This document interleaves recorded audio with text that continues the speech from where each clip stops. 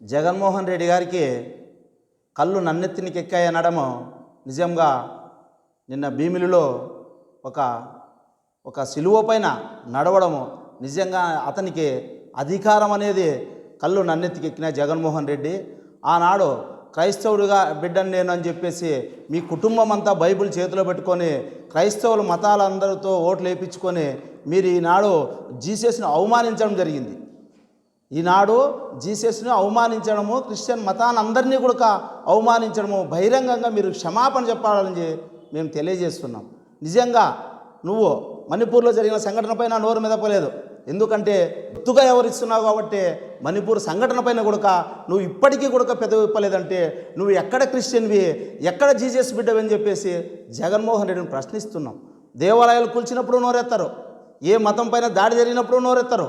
మీరు ఎప్పుడు కూడా నీ అధికార వ్యామోహంతో నేనే శాశ్వతము, నేనే ఒక నియంతలా వ్యవహరిస్తున్నావు, కానీ నువ్వు ప్రజల పట్ల కానీ ఏ మతం పట్ల కానీ ఎటువంటి విశ్వాసం కూడా నీకు లేదని చెప్తున్నాం. నీకు నిజంగా విశ్వసనీయతలపైన కానీ ఉంటే నువ్వు బహిరంగంగా క్షమాపణ చెప్పండి. ఈరోజు నేను చేసింది తప్పు అని చెప్పేసి మీ తప్పును ఒప్పుకోండి. ఎక్కడ ఒప్పుకోరు.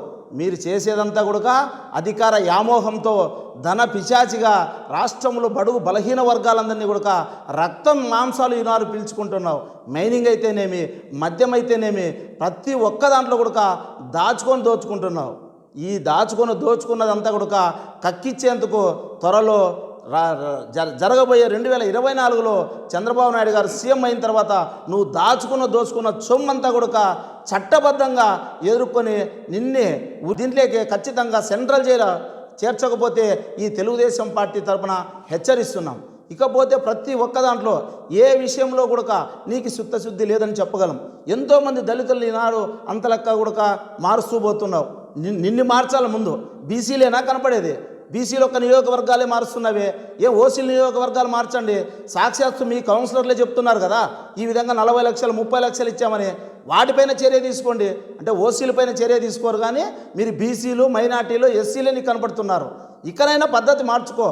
బడుగు బలహీన వర్గాలు బీసీలందరూ ఓట్లు వేసింటే నువ్వు సీఎం అయ్యావు.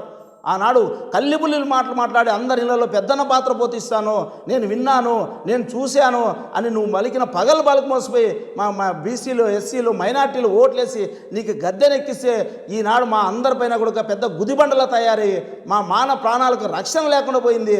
ఇకనైనా పద్ధతి మార్చుకో. ఒక్క అవకాశం అని చెప్పేసి మీరు అధికారంలోకి వచ్చారు, కానీ నీకు మరో అవకాశం నువ్వు అడగలేదు. ప్రజలు ఇచ్చేకి సిద్ధంగా కూడా లేరు. నీ పార్టీని కాలబర్గంలో కలిపేయడానికి ప్రజలంతా 1000 కళ్ళతో ఎదురు చూస్తున్నారు. జగన్మోహన్ రెడ్డి గారిని తెలుగుదేశం పార్టీ నుండి తీవ్రంగా హెచ్చరిస్తున్నాం.